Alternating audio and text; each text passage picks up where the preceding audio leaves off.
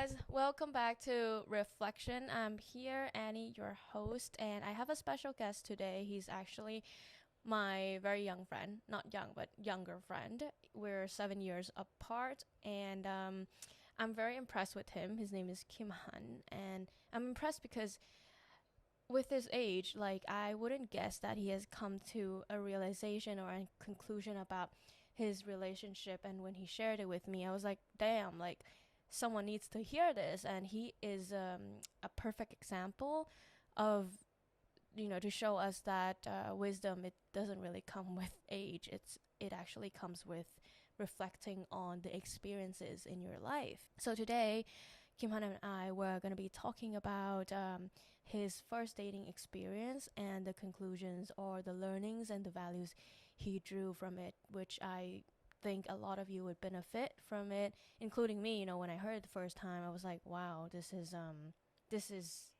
something that everyone should know. Okay.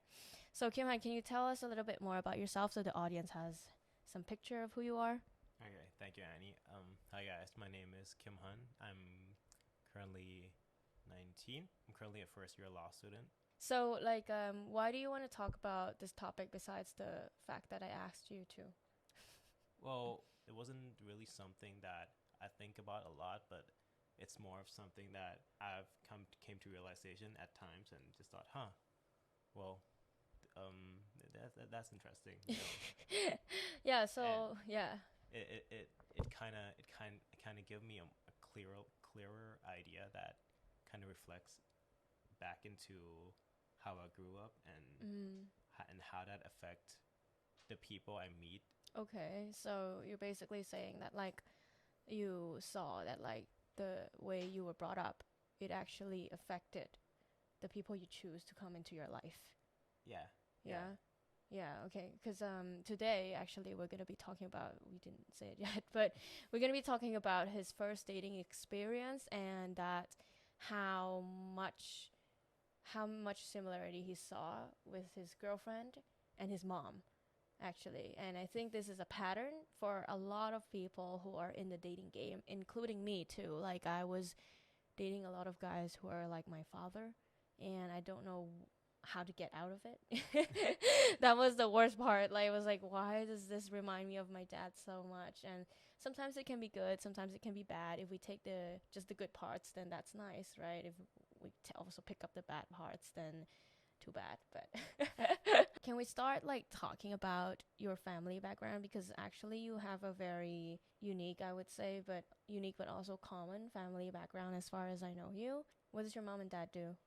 sure. My mom. So first of all, my mom and dad had me when they were quite young. How old? If I remember correctly, my mom was 21. My dad was probably 22, 23. Wow. So they had me when I was quite young. My mom was still in college. Mm-hmm. She switched around with jobs a lot. She used to work. I remember when I was younger, used to work some printing job in an office, and then she was selling cars. And then my mom currently works in the juristic office of a condo, and currently my dad he works in the provincial council Mm. in the eastern part of Thailand. Mm-hmm. My mom and dad they separated when I was really young, so after I was a year, maybe 2 years, Wow. after they had me, they kind of agree that they're gonna raise me together. But realistically, it was mostly my mom and my grandma was my dad's mom. Mm-hmm. Yeah, my dad was. I would say that during the time that he had me, he was still on the younger side of Yeah. his soul. So from what I've heard from my family, he was out a lot. He was partying and everything. He's 20, 22. 20-year-olds, Yeah. right? What do you Right. expect? I spent most of my childhood with my mom. My mom kind of raised me alone. Mm-hmm. So we jumped around from places to places because she switched jobs a lot. My mom's family was never wealthy or anything. We didn't have much. We were okay. We were okay, Most of the financial support came from not my dad, but my dad's side of the family. So great grandmother Mhm. and my grandmother, Mhm. Mhm. so my dad's side. Mhm. But my dad wasn't around for much. He wasn't in the picture much. I remember I would see him maybe once a year, once every 2 years. Wow. Yeah, Okay. And so you grew up with an absent dad, basically, physically, emotionally, psychologically, and moving around houses quite often. Do you think that affected you growing up as a person? definitely, definitely. It's like at first it was hard to adjust to because I remember when I was really young, I was like 7 or something. Since my mom and dad weren't together, my mom had to find her own place, and I remember she was working 9 to 5 at the time. So when I say we were hopping around places to places, most of them are apartments, like really small apartments. So it would just be me and my mom. We hopped around for a couple of years. Mhm. After a while, I just got used to it. Like Mhm. looking back, I just got used to moving around. It Mhm. just felt normal. Mhm. When she was raising me, she's a single mom, right? So she had to. I remember at one point she was selling salads at the lot, like at the market, Yeah. and she was selling like cake and Yeah. stuff at the market, and she jumped around between that and some office jobs for a couple of years. Mhm. So she would bring you to those jobs too. Yeah, yeah, she would take me to the market. She took you everywhere. Yeah, because since she works every day, right, and we were just living, just the two of us, so there wasn't anyone at home to Mhm. take care of me. I was still a kid, Mhm. so she can't leave me there alone. So she would just take me everywhere, to take me to work and everything. Wow. I remember I had to, she was selling salads, right, Mhm. and like when there were just a couple of boxes left, she Mhm. would tell me to, okay, take that, put it in a bag, but walk around and try to sell it. Yeah, she would do that. You were that kid on the street, like trying Yeah, to I was. Wow, wow. And how did you feel like looking back at it now? Like doing all the stuff or like having to move around, helping your mom work as a single mother? I remember I did not love it at the time.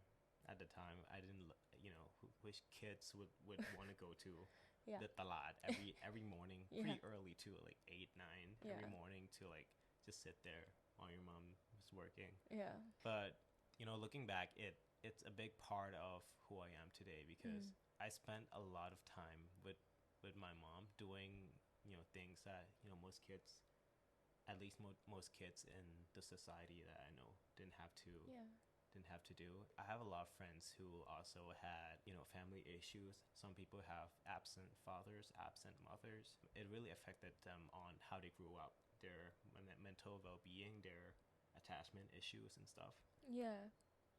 But I think even though I didn't have that solid of a family structure, my dad wasn't around. My mom wasn't my mom wasn't rich. Mhm. We didn't have much, but still I felt like I grew up okay. Yeah. I didn't grow up with that much issues or baggage, at least that I know of. Yeah. And that is something I was very fascinated with you when I first met you, which like I mean I've known you for a long time because you're my little sister's best friend, but I actually got talking to you a year before, and when I learned about your family background and then I got to know you, I was like, why is this kid not fucked up? like like it doesn't follow the textbook that I know, right? Because like, okay, broken homes, divorced family, absent father, mom had to struggle. Why is this kid like super normal? Like, why is he so hardworking? He doesn't party. He doesn't break the rules. He's not rebellious. He's very well thought of. Like, and he's very old. He's very mature for his age. Obviously that had to do a lot with growing up with just your mom. Being mature for your age. But still, like, I grew up in a house where my parents were not divorced, right? But there was a lot of abuse, unintentional abuses, and that made me party a lot, waste my body, waste my soul, and did things that were not good for me. And when I look at you, I'm like, why is this not happening to you? Like, so I'm curious to know that from the outside, when we look from the outside to your family space, it doesn't look safe or warm or anything, but actually what happened. Because obviously that's not what happened. Like, your mom, she must have done something while she was parenting you that made you grow up into like such a wholesome kid? Well, I didn't notice it. I didn't realize it when I was younger, of course. But I guess what happened is that although we didn't have much and she couldn't give me much, my mom, she still raised me with the absolute most that she could do. So even though she didn't have money, she would care for me a lot. She would sit with me, help me with my homeworks and stuff. She would give me a lot of time. I think a big part of it is that we were always together. She took me everywhere, even if I don't want to. Yeah. So she took me everywhere. She'd take me to work. Take me to her office. She'd take me to a market and stuff because she had to. Yeah. She didn't really have much of a choice. Yeah. But when you have an absent father, the best thing that a single mother could do is to fill out that gap by giving the child as much time as you could. I think that's exactly what my mom did. She's not a perfect mom. She had anger issues. She would break down quite often. She would yell and everything. But all of that moment, what I realized when I grew older is that I saw her and I lived with her through all the ups and downs, like absolutely all the moments. And it really showed me the struggle part of life. And amongst that, it also showed me how much family could mean, how much a person could care for you. Yeah. Right. Regardless of how much they're struggling, regardless of how much they have, how much responsibility they have, and how much they have to take care of with this little resource. So, when your mom was with you, and you said you spent a lot of time together, right? Was it quality time? There were the goods and the bad.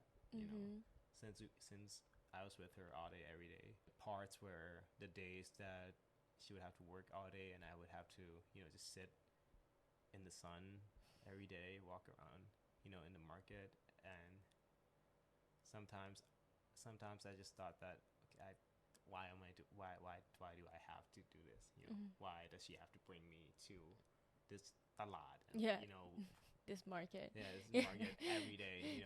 I was diagnosed with ADHD when I was really young, and I was on medication until around fourth grade. And around fourth grade, my mom told me that, I think you're good now. You can probably stop taking the pills.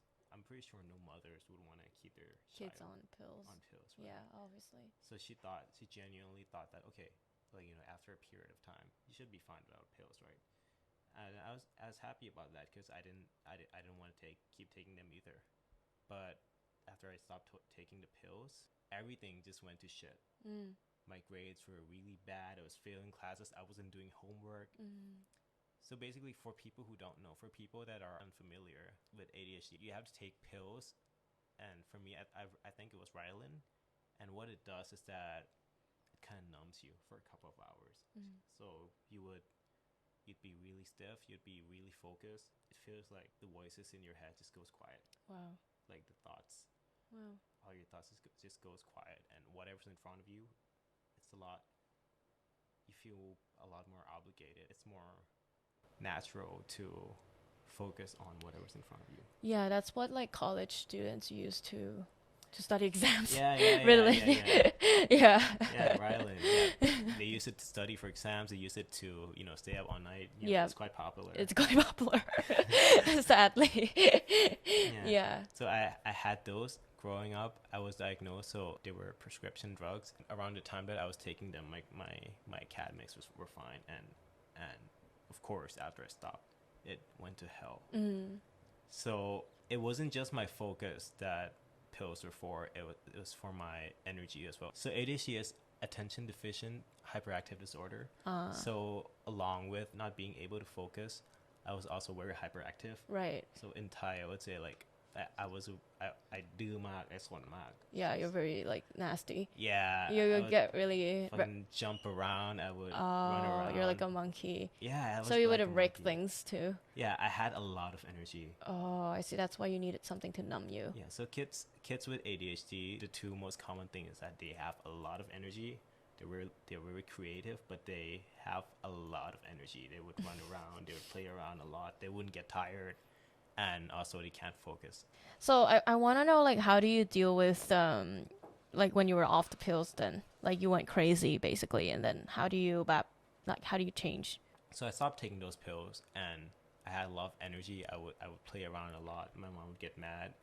She would scold at me. She would yell at me a lot. I remember my mom was getting letters to attend, like, parent teachers conference. Like, my teachers would send out letters. Yeah. They would email Yeah. my mom quite often. Yeah. I wish she found it quite frustrating because she would tell me, but you stop making them email me. I can't read English. I can't understand what they're saying. Okay. I know that you're in trouble, but I can't understand what they're saying. Okay. It was quite bad. I was failing a lot of classes, mostly because I wasn't paying any attention to it, and I wasn't turning in homework. I remember there was one day where my mom was digging. I was sleeping. It was quite early in the morning. My mom was about to leave for work, and I remember, like, she was digging through my bag, and she found like dozens of homework, like papers that I was supposed to do that I hadn't done. Yeah. She got really, really mad. Yeah. Like, she had a breakdown that day. Oh. And after that, I started to realize that, okay, I gotta get my shit together. Yeah. But realistically, it took me around 3 to 4 years to adjust, being able to function normally without pills. Wow. It takes a lot of time. Wow. Yeah. Towards the end of it, I was slowly recovering, right before I transitioned into high school. So I guess perfect timing. Yeah. But yeah, it took really long to be able to function as a normal human being. But then you didn't do anything like unnatural, as in like you didn't take any more pills. You just put your mind to it, like, okay, I gotta like work on this ADHD stuff. I gotta like befriend with it and like coexist. Yeah, surprisingly, my mom didn't tell me to go back on pills. Surprisingly. Okay. That's really good. That's some hope for ADHD kids. Yeah, which I give her a lot of credits for that, because, not making me go back on pills means that she had to put up with all the bullshit that I'm pulling around in the house. Yeah. And stuff in my grades. Yeah. Do you think the ADHD, like, I'm just guessing, if it had anything to do with your dad being absent? Well, the symptoms and the disorder, I'm not sure, but the energy and the hyperactivity that I had. Most boys growing up, those type of energy are really good to be balanced out with, their father figure, whether masculinity. Exactly, whether they go play some sort of sports with their dad, they go wrestle with their dad and stuff, run around. And I didn't get to do any of that. I didn't get to spend those type of time with my father, so I had a lot of hyperactive energy that I didn't get to use, which I felt like it kind of built up into this whole ADHD thing where I'm not able to focus a lot because most of my energy I don't get to use a lot of my energy. I don't get to balance out all this masculine energy that are supposed to come from a father figure. Right, I see. So you don't really see your dad now. You don't really see him. I barely see him. Yeah. Like maybe once or twice a year. Still. Yeah. So what's your like perception of him? Well, when I was younger, I thought he was cool. For kids love their dad. Boys, I would say, boys love their dads. And even though we didn't see each other that much, I didn't know what was going on, right? I didn't know about they split up, or what happened, what were family issues. I was like 7, like kids, they don't understand that yet. All I knew was that we're just not living together. That's all I know. I didn't know that they fought or they split up or they fell out of love. I remember this one time I was around like 8, quite young, and my mom had a boyfriend, and I couldn't put up with that. I was really angry because why is my mom dating this other guy? Where's my dad? I remember my mom would have to convince me that this is her friend. This just a friend. He's just a friend. Right? Yeah. Because even though I know that my dad and my mom, we weren't living together, and I wasn't seeing my dad that often, I didn't know what was going on. I didn't know that they were not living. I didn't know that they were Out of love. out of love, or they were just. I didn't know what were the issues in my family. They didn't tell you. They just said like we're not living together anymore. Yeah, I feel like we didn't, as much as I remember, we didn't talk about it that much. Okay. My mom didn't bring it up. Mm-hmm. The first mistake. Yeah. So my entire childhood, how I see my dad is just this guy in my family that we don't talk too much. So I would compare that to how maybe you would see a cousin of yours. Okay. So a family member that exists, but you don't see that often. You don't have a personal connection with or Exactly. anything, but he's still around there. Yeah, Anyways, out there somewhere. I see. So now, like growing up with understanding that part about your family, you know, when was the first time you started dating? Like you would say, like a serious dating, like serious relationship. So I started like casual dating when I was in high school. So 15, 16, 17, you know, and when it was getting really serious, when I'm getting into a relationship that I started to understand what I want and stuff, and started to be more serious, at least to me. I think I was around 18. Okay, why would you consider it serious? You know, when I was younger, maybe 15, 16, 17, of course, all my relationships that I started out, I would tell myself that this is a serious relationship, and to that extent, it was true. I was serious about it, you know. But at the same time, it was my first, it was my second, and I didn't really know what I wanted. You know? So by 18, when you're experiencing something for the first time, yeah, or at least for me, I've always told myself that, oh, this is what I want. Yeah. Because you don't know what's out there. You haven't explored. You haven't had much time to explore yourself yet. You just been introduced to this new concept, and you just kind of take it in. Yeah. Yeah. So and then by 18 you were like, okay, I think I know what I want now, and like all that stuff, right? Yeah. So what did you want? I remember I told myself back then that I wanted someone that could be a friend when I needed her to, and could make me feel reassured when I'm feeling down, and could be there for me, understand me, be accepting of all my qualities. Because I didn't grow up perfect. I didn't grow up in a perfect household. I didn't have much, and I wanted someone that are mature enough to help me make out decisions. That are mature enough to know what they want. You know, people say that their partners complete them. Yeah.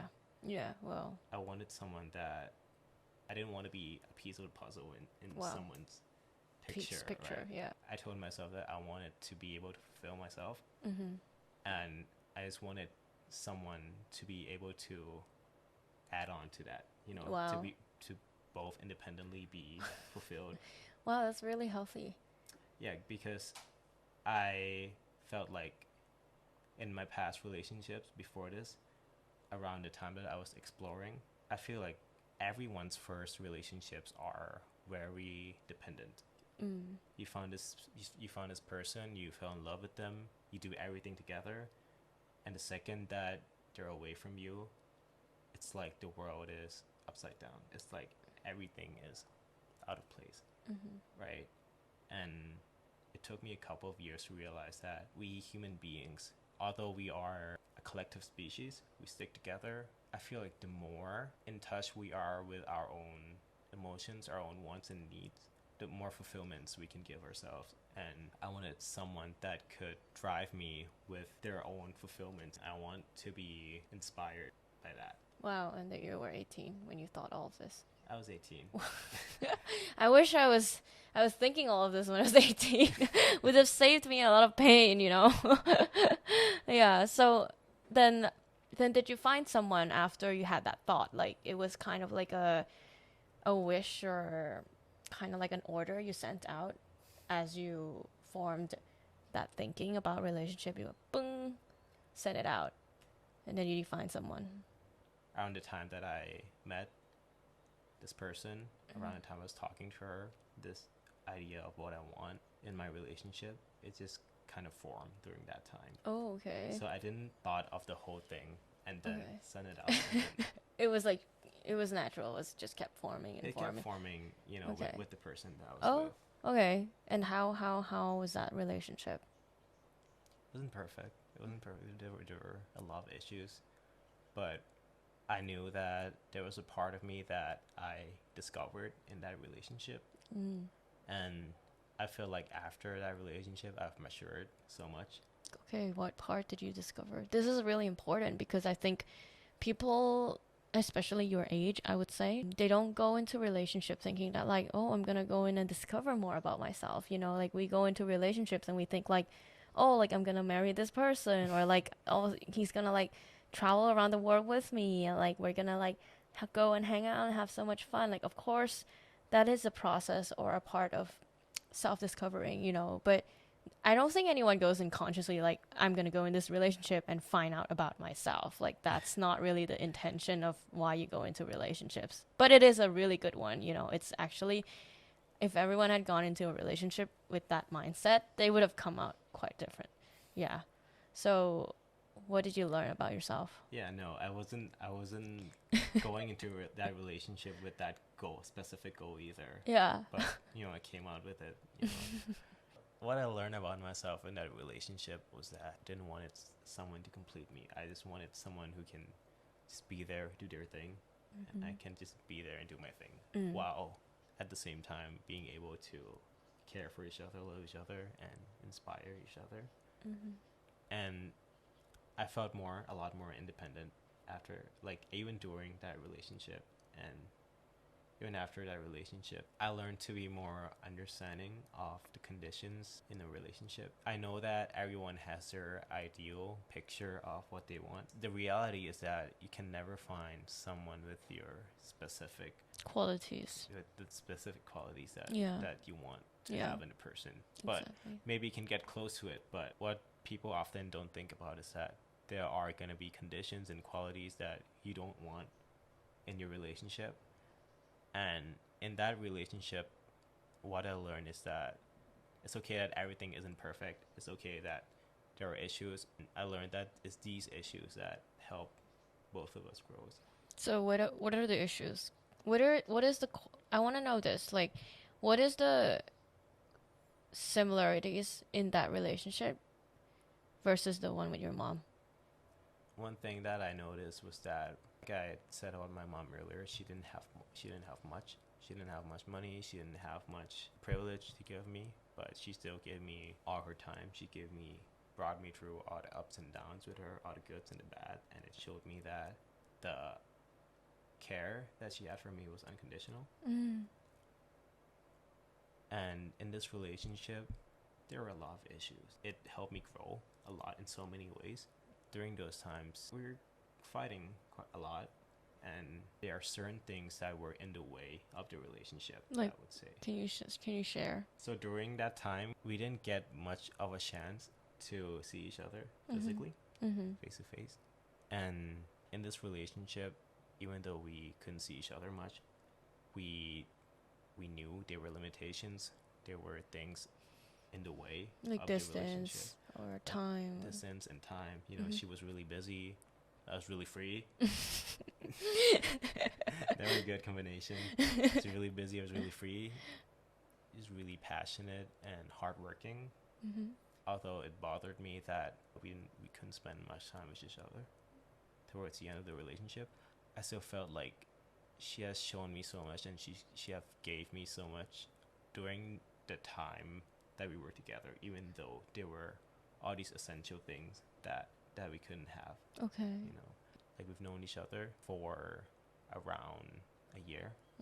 During that time, I saw her like 4 times physically, you know, in person. So yeah, when I said that there were problems, there were issues, there were real issues. Yeah. You know. Yeah, obviously. Yeah. So, were your fights, you know, when there were issues or your fights and all the stuff, like your fights, are they similar to like the one you've observed with your mother? Yeah, I would say so. Can you go into detail? Well, my mom was really every time she would get mad, she would go all out. She would get really mad. She would. She's really passionate about her frustration. I'd say. She's very passionate. Whenever she's yelling at me about stuff, she gets really passionate with it. Right? Like, gets really heated. Mm-hmm. And I would argue. I would argue with her, you know. And same thing as when I was with this person, you know. Whenever we'd go in a fight, we're both really passionate about our opinions. Mm-hmm. You know, she would have this wheel, I would have this wheel, and once it clashed, you know, we wouldn't. You guys would not compromise. Yeah. Basically, you would accept each other's views. Mine's right, mine's better. Yeah. So that is the dynamic with your mom, and then also your relationship too. It's like the mindset is that I get you, I hear you, but you're wrong. And that is like with your mom and also with your girlfriend. Yeah. Oh, with your ex-girlfriend. Mm-hmm. Wow. Okay, so those are the bad traits. Those are bad traits. And the good traits are that I feel like the both of them, my mom and this person, they optimize and utilize their limitations in the way of the relationship in the best way possible. So they made the best out of what they could. Mm-hmm. Mm-hmm. Even though there were so many limitations and issues and stuff. So you're saying it's like they're stubborn. Like they both had that stubborn trait. They wouldn't give up. They wouldn't give up on me. So okay, wow, that's a good one. They wouldn't give up on you. So that's something I saw is that, you know, so you're attracting and you're attracted to someone who is very busy, who doesn't really have a lot of time for you, but they would push their limit, right? They like to push through limitations and they like to challenge life to be with you. So that's the pattern I see. Why did you guys break up? It was complicated. I wouldn't go too much into details about it, Mm-hmm. but let's just say that it was a lot of factors. One of the big ones was that she moved. She was moving. She was moving overseas for college, of course. And I was staying here. I'm happy for her now. She's pursuing her passion and stuff. Another big reason was that we have different views on a certain subject, and as I said earlier, we're both really passionate about how we see things, our opinions and stuff. So of course, not being able to compromise our opinions and thoughts on certain things, it torn us apart eventually. Okay, I see. So how are you like I mean, you already told us that like you're very opinionated, you know, in the relationship, but so I wanted to know what your mom made you feel like as a child, and how does that play out in your relationship with maybe this woman, or I don't know, your other relationships, because usually there is a character that we've developed into that like when like our parents treat us like this, you know. Yeah, so like for me, like my parents, they always say that like I have to be responsible, like because I'm the eldest child and I have two younger siblings who look up to me. So they usually put a lot of care into my younger siblings and not me. So that makes me feel like I always have to take care of myself.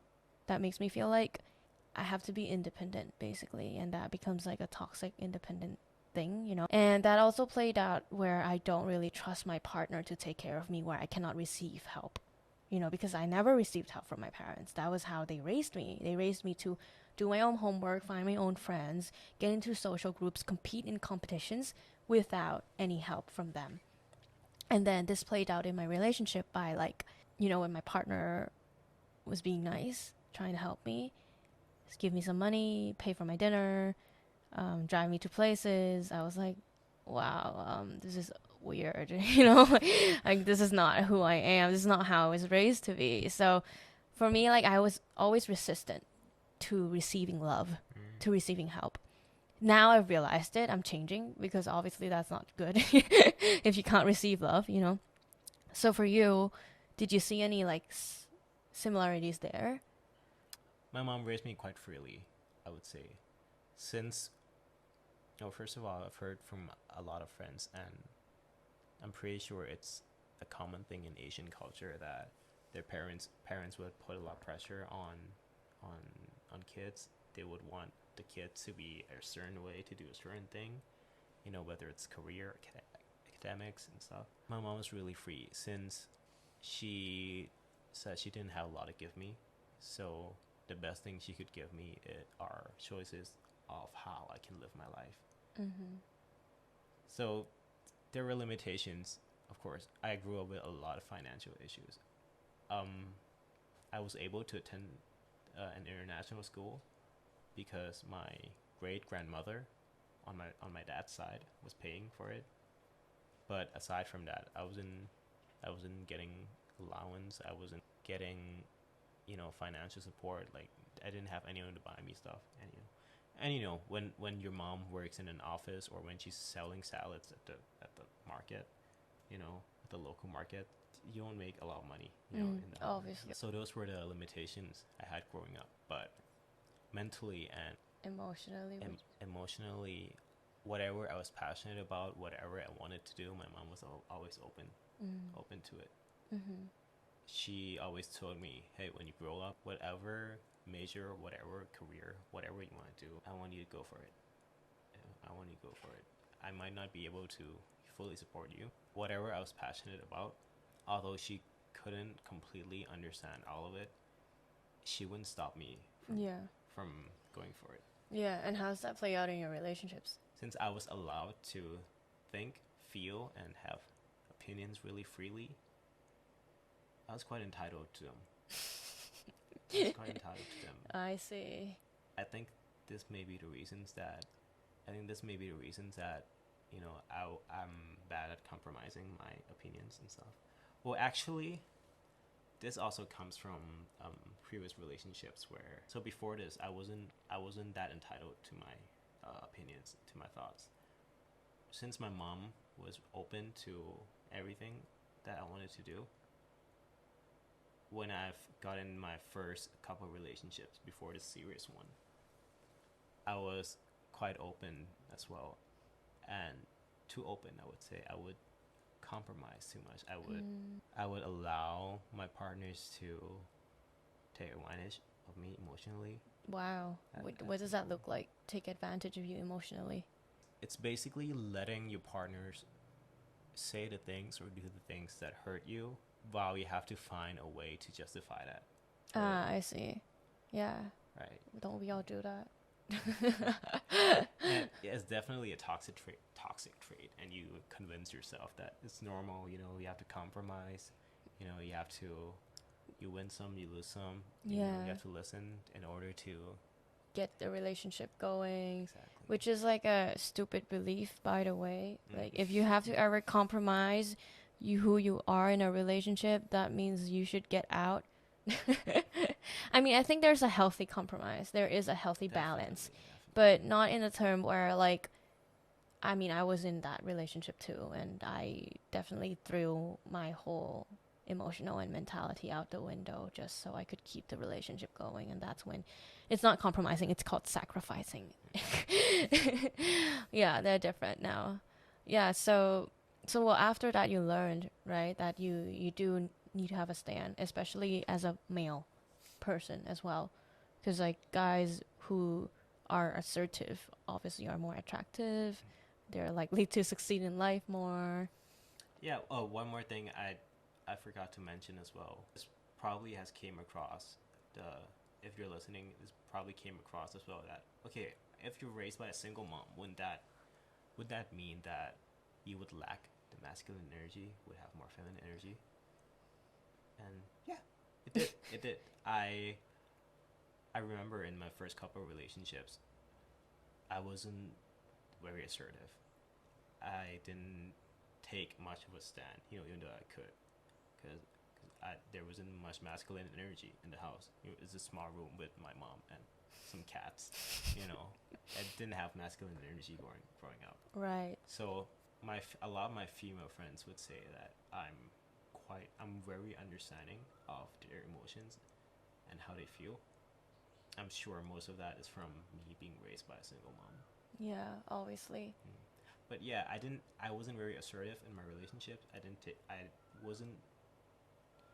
I was kind of like the woman in the relationship sometimes, you know, stereotypically, and towards this one, where my more serious one, where I've learned more about myself. You know, I've decided that okay, I have to be more assertive. I have to be more masculine. You know, in this relationship, which led to what we talked about earlier about how I'm really entitled to my opinions, my thoughts. So it's quite the opposite of what I got from my mom. What I got from my mom led me to Be the opposite. Yeah. But that's because like you started to feel entitled to your thoughts, and that's only because you realized that like, oh, I need to be entitled to my thoughts. Like I need to assert who I am in the relationship, right? That's what you kind of learned, and after you reflected, it wasn't like autopilot. Yeah, it's like my mom raised me to be free with who I am, and that made me allow that for my partners as well. But by allowing my partners to be able to overrule a lot of my thoughts, a lot of my opinions and stuff, it's like something where you leave it for a while, and eventually you're gonna feel like everything you're doing, all your opinions, or your standpoints are wrong. Yeah, because you don't have a sense of who you are anymore. So whatever you think, it's like, is it right? Is it wrong? Like you need to keep asking your partner for validation, and that becomes like they have all the power, and then relationship becomes imbalanced, right? Yeah, but that was autopilot, right? That was autopilot, and then later on, like you realizing it was like, okay, I need to be more assertive, to be more healthy for myself. Yeah, and that was 18. That was 18. You realized this yourself. Yeah, but funnily, you know, when I was in a more toxic relationship, I always feel like nothing I say, like everything I say is wrong, everything I do is wrong. You know, even my girlfriend at the time she was saying, "Hey, you gotta stop letting me, you know, be right all the time. You know, you're spoiling me emotionally." I was like, okay, but I don't know how. It was autopilot. So the autopilot of like letting someone else be right all the time, was that the dynamic relationship with your mom too? Like, did you let her be right all the time? Yeah. So it's similar. So you're kind of like pleasing your mom like your whole life, growing up with her as a single mother, as she was taking care of you. You pleased her. You allowed her when she had a breakdown or when she got anger issues. You had to regulate her emotions. You had to be there for her, and you had to put yourself aside and took care of her first, right? Yeah. I'm starting to realize it now. And then okay, well, and then now it's like you started attracting like relationships like that into your life, because that was what love felt like, right? We only learn from our parents actually what love is, you know. And but then you broke away from that pattern, obviously. A lot of things you take from what your idea of love is, and I would say for most people, even though they're unaware of it, you know, everyone's first experience with love is are the love that they get from their parents and their family members, whoever were raising them, taking care of them at the time. Yeah. And you know, going in your relationship, there's absolutely no one that thinks that, oh, okay, I'm gonna go into this relationship and make it work by doing what my parents did for me. Yeah. No one does that. Yeah. Yeah, but unconsciously we do it. Yes. Because that's how we picked up love, like for what, 18 years, or I don't know. For me, it was around that 18 years of watching how my parents loved me, how my parents loved each other, and like, I don't know, 70% of it was quite toxic, honestly. And yeah, so I think this was a really good reflection on your dating experience, you know, dating your mom. So anything you want to leave to the audience before we end the show? Well, for anyone who's dating for anyone that's dating your mom, dating your dad out there, I feel like once you realize that, your partners have these same characteristics as your parents, a very healthy thing to do is to take your time and reflect upon, how you were raised up, how your significant other makes you feel, in correlation to how your parents took care of you when you were growing up. I feel like along my journey of reflecting through that, it made me understand a big part of myself. It made me understand it made me understand what I want in a relationship, and a lot of that is based from how I was raised as a kid. Yeah. And before we leave, I just want to leave some prompts for you guys to think, based on this whole podcast, whether or not you're happy with your relationship, and like Kimhun said, whether or not you're dating your mom or dad or whatever traits that is. I think you can start like imagining it now as we're going through this. But most importantly, it's like, who are you in your relationship with your parents? Were you the caretaker? Were you the emotional regulator? Were you the peacekeeper? Were you the clown? You always have to keep them laughing and entertaining them. And is that what is coming out in your current relationship with your partner? Or more so, even with your friends. I think friends is also like a very good relationship to look at too. They're one of the intimate ones. So who are you in the relationship with your parents? Who are you in the relationship with your intimate people? Do you like yourself that way? That's a big one. Is there something that's not working? Because some roles our parents gave us, we didn't choose. And we unconsciously take that into our brain. And then we operate as that role is our only identity. There are so many things that goes into the unconscious that we didn't pick up. Sometimes our parents, an absent father, an absent mother, makes us feel unwanted. And so we have to do everything in this life to be wanted. We have to be president of clubs. We have to provide things our friends wanted. We have to give the best advice, because then that makes us that substitute the void that our parents haven't filled, haven't give us. So these are the roles, right? Needing to be wanted is a role. Needing to be someone funny is a role. Needing to be someone who regulates his mom's anger is a role as well. So think about your role in this life. Think about how you give and receive love in different relationships, and how there is a correlation of the way you were brought up as a child. Okay. And that's it for today. Thank you for staying with us until the very end. If you have any opinions, comments, make sure to leave us a comment. And by the way, Kimhun is the podcast editor for my show. Just so you know, like we didn't say this in the beginning. But he is the first person I worked with, and it's been a really good time with him. A very talented kid, very mature for his age. So that's all for today, and I'll see you next episode. Thanks for watching. Thanks for listening. Bye-bye.